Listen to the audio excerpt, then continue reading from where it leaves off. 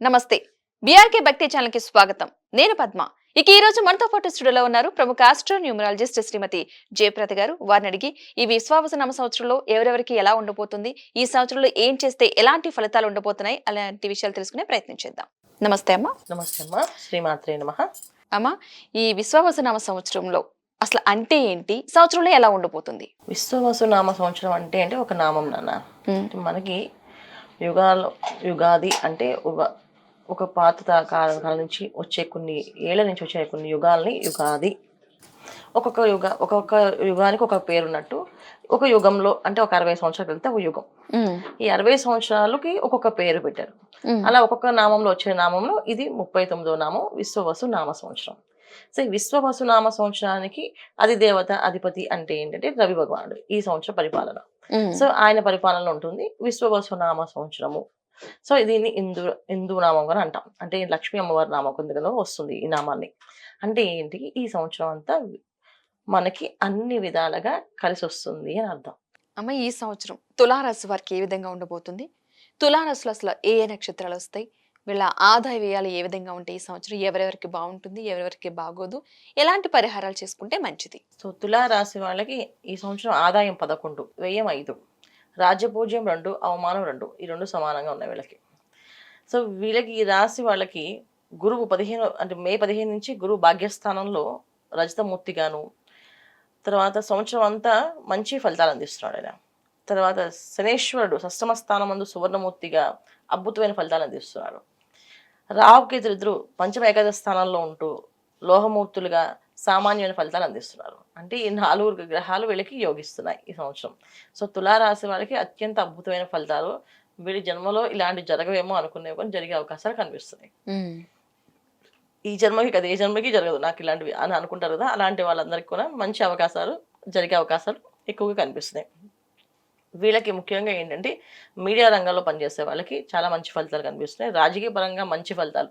అసలు రాజకీయ పరంగా ఎప్పటికీ ఏ రోజుకి నాకు ఈ పదవి రాదు అనుకునే వాళ్ళు ఆ పదవి వాళ్ళకి రావడం వరించడం అనేది జరుగుతుంది. ఇది రాజకీయ రంగంగా బాగుంది. ఇంకా వ్యాపారస్తుల్లో వ్యాపారం అనేది ఎస్టాబ్లిషన్ అంటే వ్యాపారం ఎక్స్పాండ్ చేస్తాను అనే ఆలోచన అనేది వాళ్ళకి అసలు ఎప్పుడు ఉండదు అనమాట. సో ఇది ఎక్స్పాండ్ అవుతుందా, నాకు అవకాశం ఉందా అని. కానీ ఈ సంవత్సరం అలా అయ్యే అవకాశాలు కనిపిస్తున్నాయి. రియల్ ఎస్టేట్ రంగంలో ఉన్న వాళ్ళకి విపరీతమైన లాభాలు కనిపిస్తున్నాయి. అంటే స్థలాలు బాగా అమ్ముడుపోవడము, స్థలాలు బాగా కొనడము, ఇవి ఎక్కువగా జరుగుతాయి ఈ సంవత్సరం. ఎక్కువగా మనకి విశ్వాసనామ సంవత్సరంలో స్థలాలు అనేది ఎక్కువగా కొనడము అమ్మడం జరుగుతుంది. ఎక్కువ బిజినెస్ ఎవరికైనా ఏదైనా అవుతుంది అంటే అది వ్యాపారం ఎక్కువ అవుతుంది అంటే అది భూములు, స్థలాలే. ఎందుకంటే భూలాభం ఎక్కువగా ఉంది, భూమి వల్ల వచ్చే లాభాలు ఎక్కువగా ఉన్నాయి ప్రతి ఒక్క రాశికి.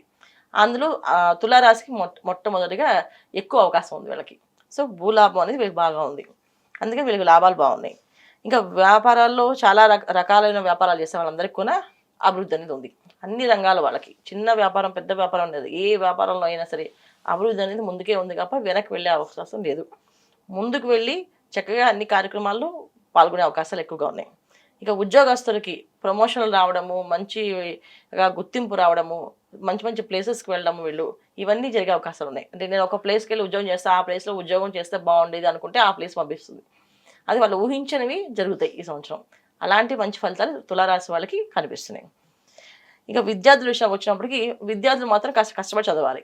ఎందుకంటే వీళ్ళకి అన్ని అనుకూలంగా అనిపించినప్పటికీ కొన్న విద్య విషయంలో చాలా జాగ్రత్తగా ఆచితూచి చదవాల్సింది. చదివినప్పుడు ఫస్ట్ క్వశ్చనే అర్థమైపోయినట్టు అనిపిస్తుంది, లాస్ట్ క్వశ్చన్ చాలా భయం వేస్తుంది వీళ్ళకి. సో అలాంటి భయం అనేది రాకుండా ఉండడానికి వాళ్ళు కష్టపడి చదివితే పాస్ అవుతారు. విద్యార్థులు జాగ్రత్తగా ఉండాలి. ఇక రైతుల విషయానికి వచ్చినప్పటికీ రైతులు కూడా చాలా మంచి ఫలితాలు కనిపిస్తాయి. రైతులు ఎవరికైనా సరే చేతికి పంట అనేది లాభం వచ్చే పంట.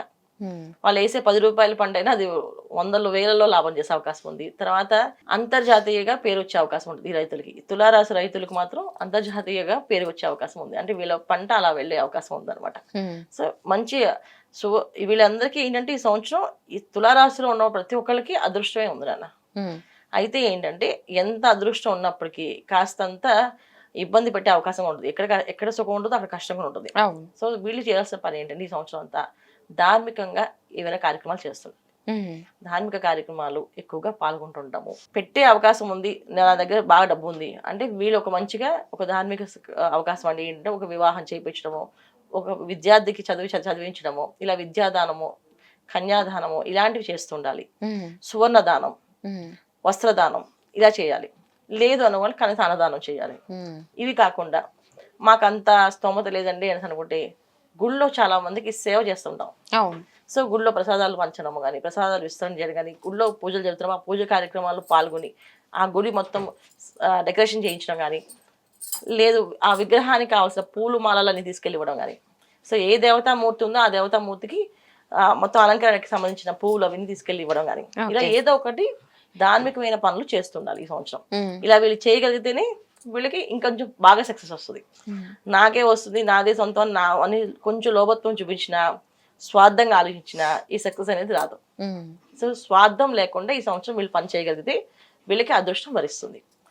రోజు వీళ్ళు చేసుకోవాల్సిన మంత్రం ఏంటంటే శ్రీ లక్ష్మీ నరసింహాయ నమః అనే మంత్రాన్ని కంటిన్యూ చేయడం. ప్రతిరోజు 108 తక్కువ కాకుండా చేయడం. ఇంట్లో లక్ష్మీ నరసింహస్వామి ఫోటో ముందు కాస్త పుష్పాలు వేసి దీపం వెలిగించి నైవేద్యం పెట్టడం. ఇలా చేస్తూ ఉంటే చాలా మంచి ఫలితాలు. చాలా అంటే అసలు వీళ్ళకి ఆ కష్టం అనేది పెద్దగా కనిపించట్లేదు ఈ సంవత్సరం. చాలా ఆనందంగా కనిపిస్తుంది. ఏ నక్షత్రాలు వస్తాయి అందులో అసలు? చిత్తా నక్షత్రం 3, 4 పాదాలు, స్వాతి 1, 2, 3, 4 పాదాలు, విశాఖ 1, 2, 3 పాదాలు వీళ్ళు ఈ తులారాశిలో వస్తారు.